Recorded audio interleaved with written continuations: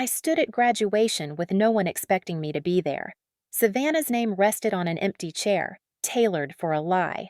I wasn't dressed for revenge, but the cold metal on my chest said otherwise. Silence can echo louder than applause. They looked at me for the first time and weren't sure whose name to speak. We acknowledge that Savannah Hayes is not eligible for graduation. The moment should have been Savannah's. That's what everyone thought. Rows of folding chairs striped the university quad like lines on a blueprint. The sky was clear, ceremonial.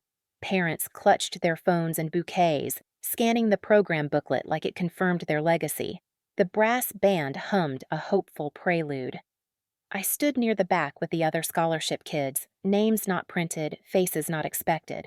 We were anomalies, efficient, invisible, irrelevant. 5 rows from the front sat my parents, Thomas and Elaine, beaming. Mom wore a white ribbon hat she'd bought just for this day. Dad's tie matched the school's navy and gold. They waved at the front row, at the empty seat marked Savannah Hayes. They assumed she was backstage with the honors candidates. I knew better. The dean adjusted his mic. A pause, longer than needed. We acknowledge that Savannah Hayes is not eligible for graduation. Silence fell. Not absence of sound, but the kind of pause that drags across fabric and rips it. You could hear dresses shifting, someone's cough, a gasp caught mid-breath.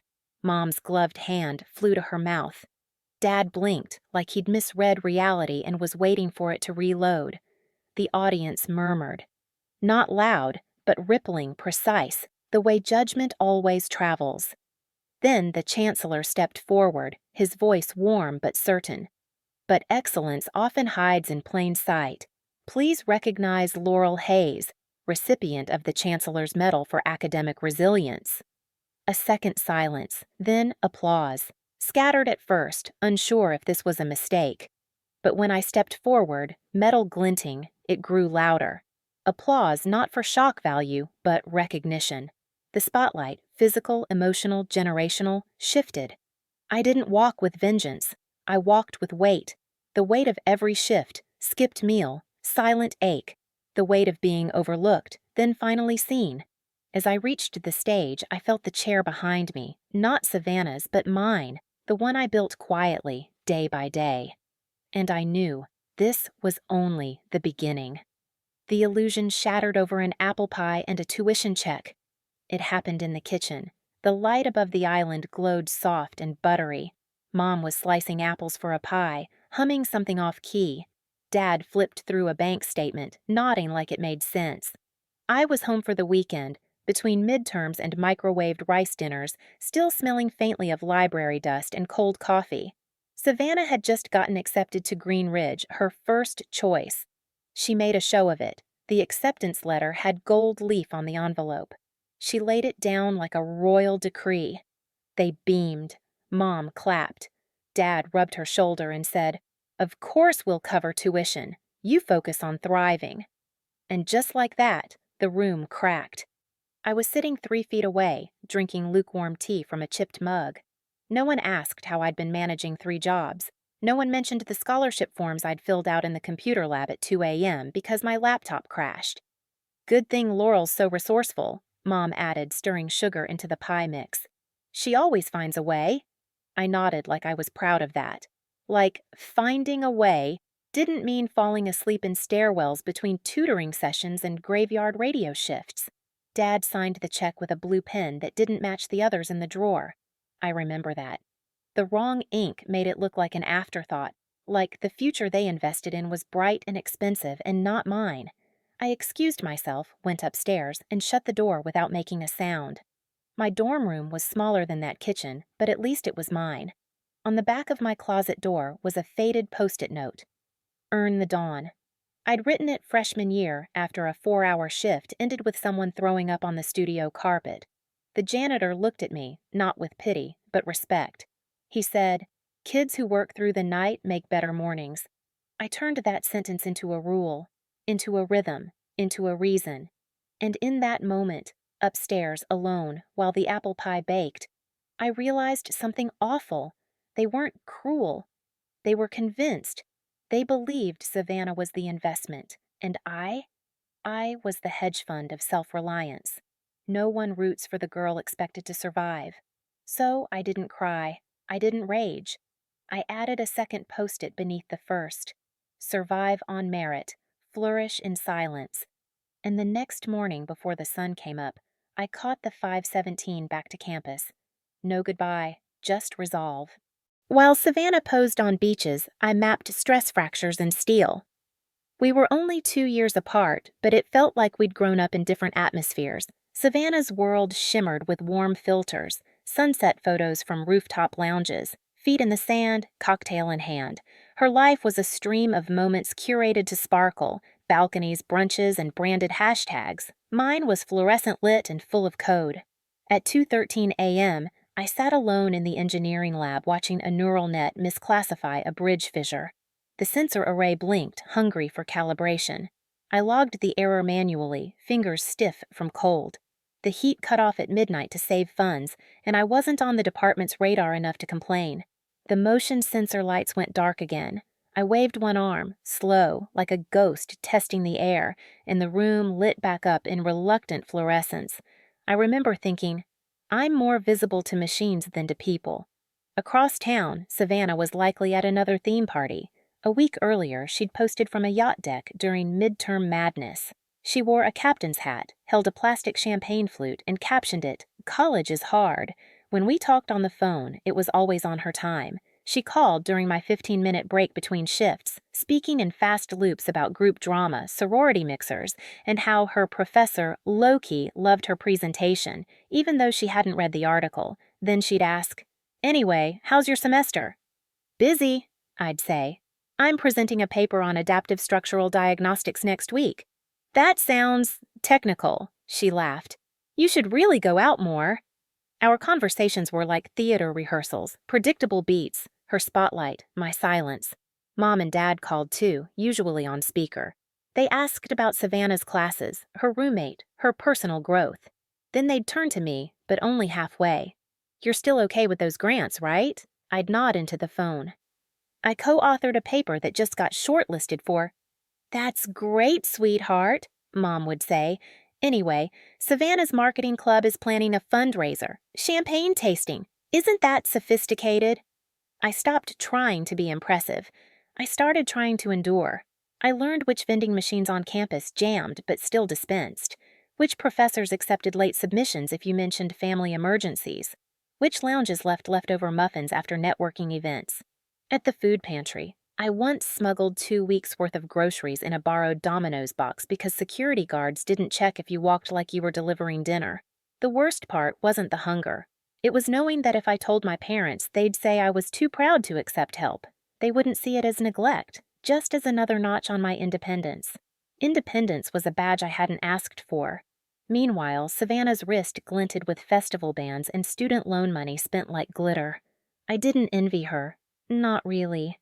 But some nights, walking back across campus with aching feet and a bag of instant noodles, I wondered what it felt like to live with assumed importance.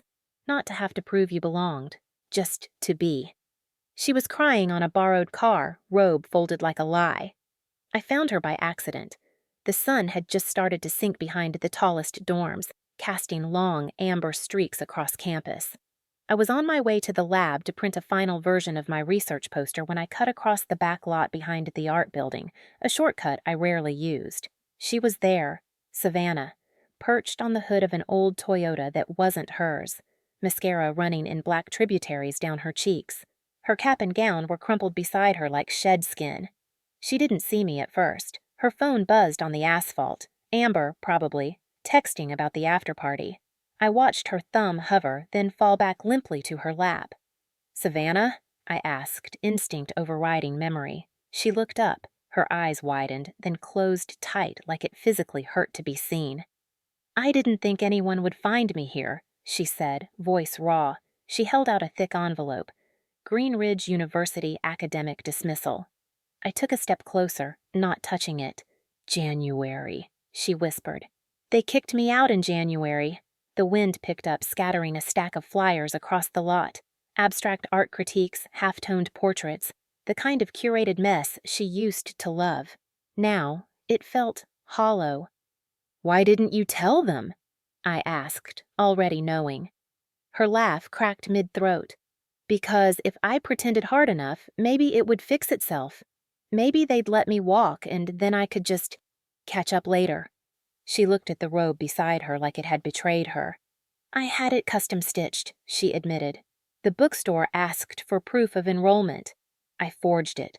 Theater department helped. They owed me favors. I should have been furious. I should have shouted. But I just stood there, looking at my sister, unraveling under a sky that used to belong to her, the silence between us filled with the rustle of leaves and Savannah's uneven breathing. "You're going to tell them, aren't you?" she said quietly. I didn't answer. Maybe you could just let me walk the stage. Just for them. You don't have to clap."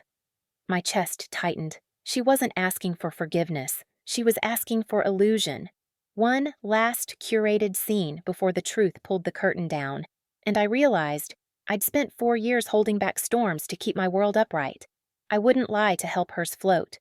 "I have a poster to print," I said. My voice wasn't angry. Just final. I turned.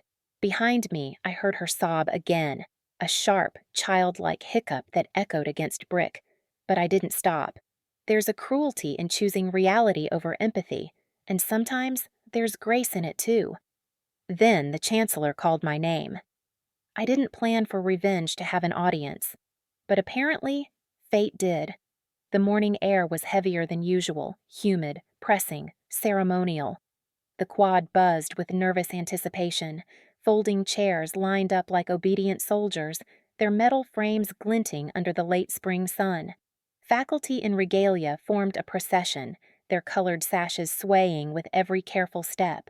The brass section of the university band tested a few notes, awkwardly off-key.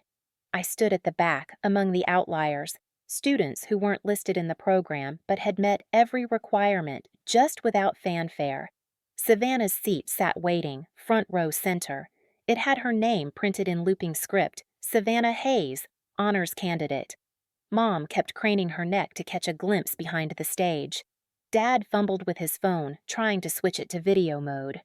"She's probably lining up with the other honors students," Mom whispered, adjusting her sun hat. I watched her fingers tighten around the bouquet she held. White lilies, Savannah's favorite. The dean stepped up to the mic. He adjusted it once, then again. And then he said it. "We acknowledge that Savannah Hayes is not eligible for graduation." Silence. No one clapped. No one breathed. The crowd rippled with discomfort, an organism rejecting its own body. Mom's hand clutched her necklace. Dad lowered his phone. His mouth opened, then closed again. Whispers began. One woman gasped. A man near the aisle muttered, "Did he say Savannah Hayes?" I stared straight ahead, pulse steady. Then the Chancellor stepped forward. Calm, clear. "But excellence often hides in plain sight. Please recognize Laurel Hayes, recipient of the Chancellor's Medal for Academic Resilience." This time, there was a delay. Like the crowd needed permission to shift allegiances. Then came the applause, scattered at first, then swelling. Students turned in their seats. Faculty nodded. Strangers smiled like they knew me. Like I'd been there all along, waiting quietly behind the noise. I rose, and I walked the aisle Savannah was supposed to. My robe brushed the tips of flowers. My shoes clipped the platform steps with exact rhythm. The medallion was heavier than I expected. Cool metal against my collarbone, equal parts vindication and silence. I didn't look at my parents. Not yet. I didn't need to. The applause wasn't for shock. It wasn't sympathy. It was recognition, and it rang truer than anything Savannah had ever faked. Because every time I tried, you were already clapping for Savannah. The anthem had faded. The mortarboards were still airborne, spinning like coins yet to land. I stood just off stage, metal warm against my chest, unsure whether to search for them, my parents, or let the moment stand alone. Then I saw them. Thomas and Elaine waded through the crowd, moving like people trying not to fall apart in public. Dad clutched Savannah's empty program booklet. Mom's hat had shifted, askew from the way she kept shaking her head.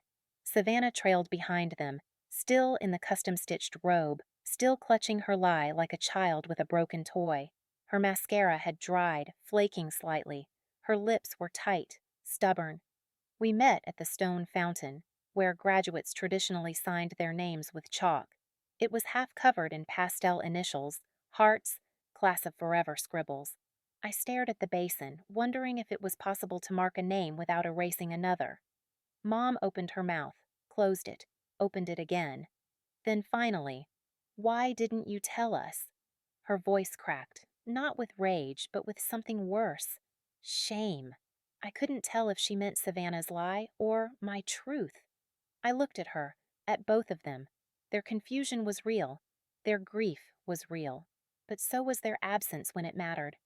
I answered calmly, clearly. "Because every time I tried, you were already clapping for Savannah." The words didn't shake. They settled like concrete.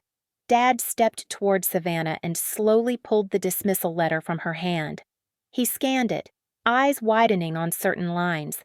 His lips moved silently, reading legal phrases he couldn't emotionally process. Then he looked at her. "The money," he said softly. "Where is it?" Savannah flinched. "Gone," she whispered. "Rent, clubs, clothes." I kept thinking I'd fix it before anyone noticed. Mom made a small sound, half gasp, half apology.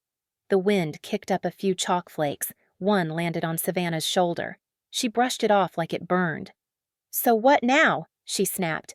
"Laurel gets to be perfect and I'm the villain?" I didn't flinch. "I'm not perfect," I said. "I'm tired. But tired isn't the same as broken." That silenced her. The kind of silence that doesn't just stop sound, it erases illusion. We stood in the standoff only families can produce. Wordless, weighty, wounded. Then I turned toward the fountain. I didn't sign my name. Not yet. Some victories don't need to be carved in chalk. Some truths live better in the pause after applause, where silence speaks louder than celebration. "Gone," Savannah said. "I thought I could fix it before anyone noticed." Dad read the letter twice, then a third time, each time slower, as if the words might rearrange themselves into a better version, one where his daughter hadn't lied, one where his money hadn't vanished into nightclubs and name brands. He looked older in that moment, like a supporting beam discovering its first fracture. Mom stood very still. Her sun hat was gone. Her curls stuck to her cheek, held there by heat and tears. "How much?" she asked quietly. Savannah shrugged, a helpless adolescent gesture that didn't fit anymore. "Enough," she said. "Too much. I don't know anymore." The silence pressed in. Dad's hand curled into the program booklet, crumpling Savannah's name. "We mortgaged part of the house for this," he said. "We thought we were helping." Savannah's face twisted, anger bubbling through the shame. "Of course you thought that," she snapped. "You've always believed I'd become something. You kept giving me more and more runway. I just never learned to land." She turned to me then, eyes sharp, wounded, desperate to shift the weight. "And Laurel gets to be perfect? Is that it? Metal girl? Golden daughter who suffers in silence and makes us all look bad?" I met her gaze without flinching. "I'm not perfect," I repeated. "I'm exhausted. But tired isn't the same as broken." That line, again. This time it landed differently. Even Savannah felt it. She looked away first. Mom stepped toward me. "We failed you," she said, voice threadbare. "We thought we were investing wisely. We forgot that love isn't a ledger." I swallowed hard. Not from emotion, but from memory. From the echo of every small dismissal, every congratulation rerouted to Savannah like I was just background static. "I forgive the ignorance," I said, "but not the neglect." Dad sat down on the fountain ledge. The program slipped from his hand, curling at the edges in the breeze. "So what happens now?" he asked, not to anyone in particular. No one answered right away. Because when a system collapses, the first step isn't repair, it's acknowledgement. Behind us, a group of graduates cheered for a selfie. A spray of confetti burst near the statue of the founding dean. Celebration went on. But in our corner of the quad, something more important was happening. Truth was settling into the cracks. They drove away in silence. I walked into dusk with the medal in my pocket. The parking lot was already half empty. Graduates hugged their families, posed beneath banners, tried not to smudge makeup with tears. You could hear the click of camera shutters and the low hum of rented minivans starting up. I stood near the bike racks, my robe folded over one arm, shoes in the other. My feet were bare against the warm concrete, calloused from long shifts, steady beneath the weight of this moment. Across the plaza, Mom opened the passenger door without a word. Dad placed Savannah's things in the back seat, still moving like a man underwater. Savannah paused once before climbing in. She glanced back. I didn't wave. They pulled out slowly, brake lights glowing red like regret, and I turned the other direction. There's something sacred about walking alone after everything has fallen away. No applause, no demands. Just your breath syncing with your pace and your shadow finally keeping up. I cut through campus, past the engineering building, past the radio station that still smelled like foam and ambition. The hallways were already empty. Most students had left for parties or after dinners with family. I had neither, but I wasn't alone.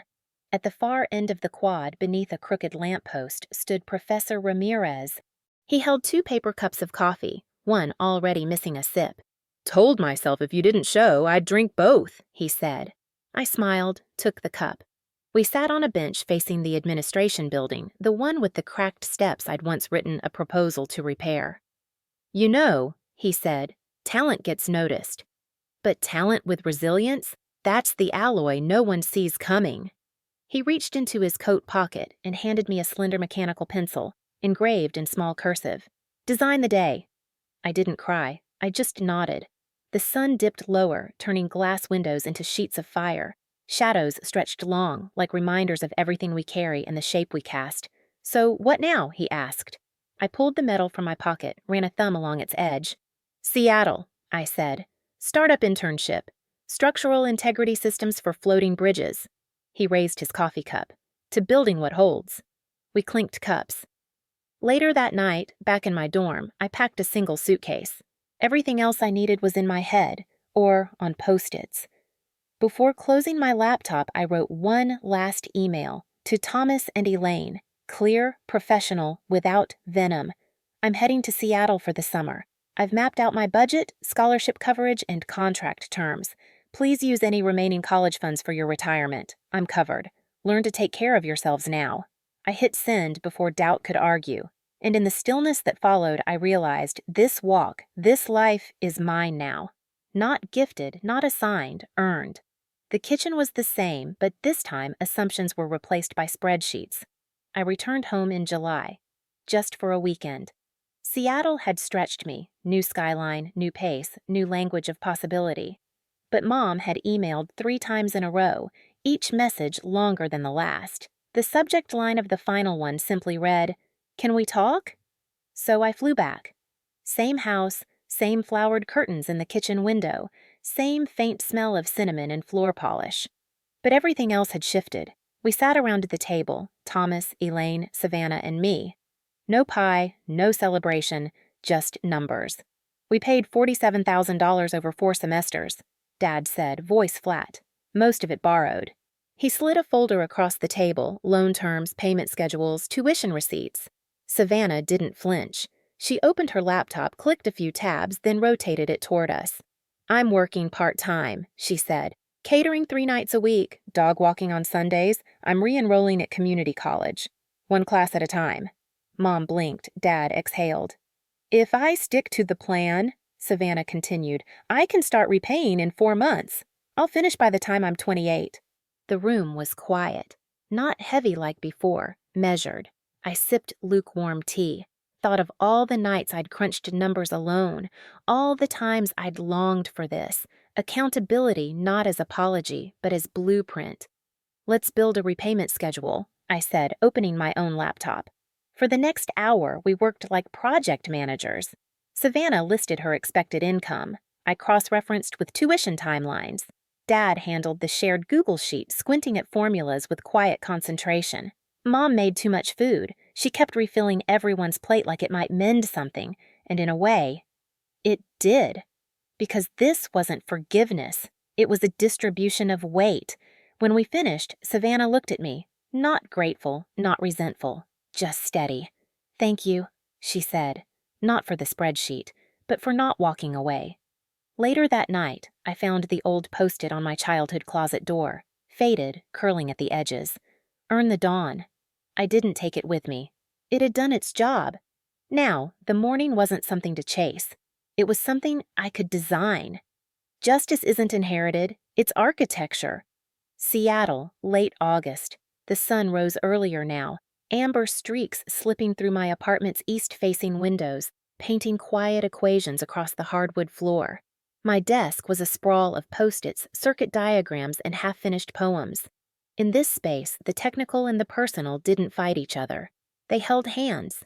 On the wall above my monitor hung 3 things: the Chancellor's medal, Professor Ramirez's note, "You are the quiet engine of progress," and the mechanical pencil, engraved, "Design the day." Each morning, I pressed my palm against the cool window glass. Below, the piers stretched into Elliott Bay. My team at the startup was testing a new real-time load monitoring system for floating bridges, hardware that listened to stress before collapse. I liked that. Building tools that caught the fracture lines early, before anyone fell through. Some nights I took the ferry to Bainbridge Island, not to go anywhere, just to stand at the rail as water and steel hummed in harmony beneath my feet. The vibration reminded me of textbook passages on harmonic resonance, how things so different could still move together without breaking. I thought of Savannah, now taking evening classes, of Mom, crocheting again and selling blankets online, of Dad, volunteering at the Habitat Tool Library. We weren't healed, but we were finally learning to redistribute weight. A few weeks ago, I got an invitation from Green Ridge. They asked me to guest lecture a senior seminar on adaptive infrastructure. I accepted. After the session, I walked to the fountain. The chalk had been washed clean by summer storms, but I found a corner to leave my initials. Just 3 letters. LH. Beside it, I drew a small anemometer, the wind spinner from my 2nd grade science fair, because wind was my first experiment, and I'd spent the last 4 years learning to generate it on my own. As I was leaving campus, I stopped by the radio station. The new overnight host, a freshman with energy crackling at the edges, offered me coffee and asked why I'd bothered to visit an old booth no one remembered. I smiled. "Because stations are bridges," I said. "They carry voices across darkness." He didn't fully understand, but he nodded like he wanted to. On the flight home, turbulence shook the cabin. A woman beside me gripped the armrest. I explained lift vectors in gentle tones, just loud enough to anchor her fear.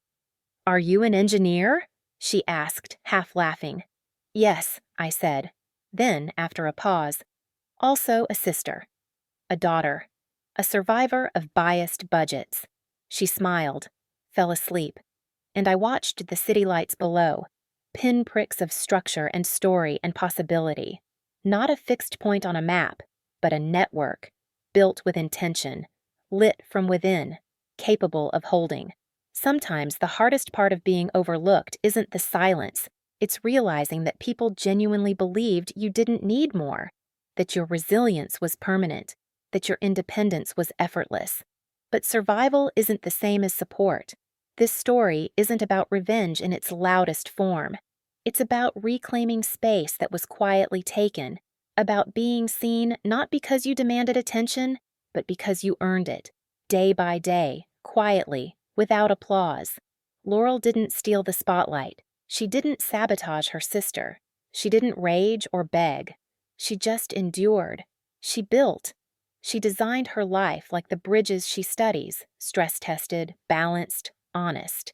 And in the end, when the illusion cracked and the truth echoed through a crowd, she didn't need to scream to be heard. The silence was finally hers. The lesson here is this: not all justice comes with fireworks. Some justice is architectural. It rises slowly, layer by layer, choice by quiet choice. And perhaps the most powerful moment isn't the applause itself, but the realization that you no longer need it to validate your worth. You've already earned the dawn. Thank you so much for listening to Laurel's story. If her quiet strength, her resilience, or her long walk toward recognition resonated with you, even just a little, know this: you're not alone. This channel is a space for stories like hers. Stories of people who were dismissed, underestimated, or overlooked until they weren't. Until they quietly changed everything. If this story moved you, let us know in the comments. Share it with someone who needs a reminder. You don't have to shout to be powerful. And don't forget to subscribe, because we have more emotionally gripping, truth-cutting, spine-tingling stories coming your way. Some will break your heart, some will rebuild it, and a few will change how you see yourself. Until next time, stay strong, stay silent if you must, but always know, the dawn is yours to earn.